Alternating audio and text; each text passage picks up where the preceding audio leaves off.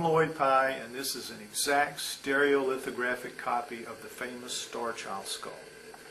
The Star Child skull is a real, true bone skull that was found in Mexico around the Copper Canyon area about 1930. Carbon-14 analysis has shown that it died about 900 years ago.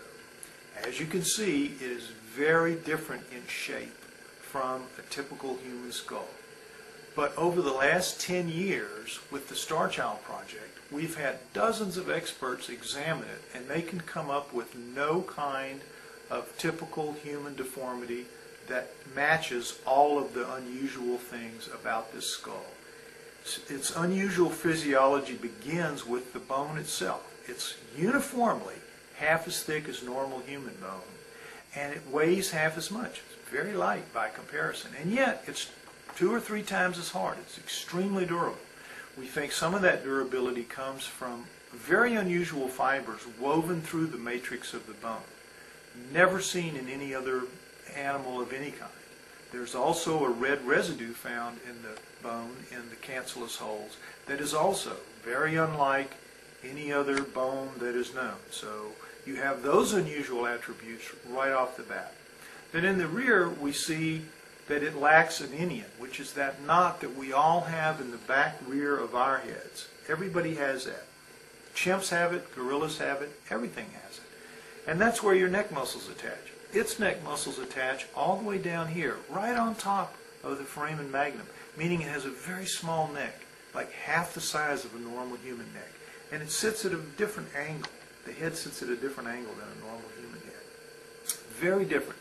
Chewing muscles very much reduced. Normally up here, down here in the Star Child. Very small lower face. Look at these eye sockets. Look how shallow they are. Not even as deep as the first knuckle of my finger. Not even a full inch.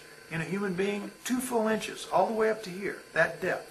The eyes themselves are centered down here in the middle of the nose, so that the eyes are down here rather than up at the top like our eyes. Very, very unusual eyes. Unusual in so many ways. No sinuses in here. We've had all kinds of testing done over the past 10 years. Not just taking it to experts to get their opinions, but CAT scans, X-rays, scanning electron microscope, everything we could think of, trying to find out what it is, and it all comes back. This is not normal. This is really unusual. So, the main test we've had has been DNA. And what the DNA has told us is remarkable.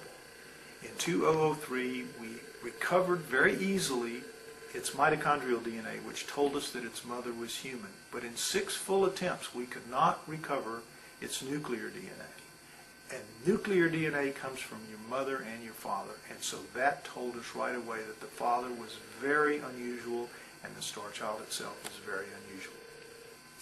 Now, during the course of this year, 2009, we're hoping to have a DNA test done that will recover the entire genome of this remarkable relic. And when we get that result in, and we believe that we'll have it by the end of this year, we know that this skull is going to make history as big and as dramatically as history can be made. It's going to prove that at one time on planet Earth 900 years ago in Mexico, an alien human being walked this earth.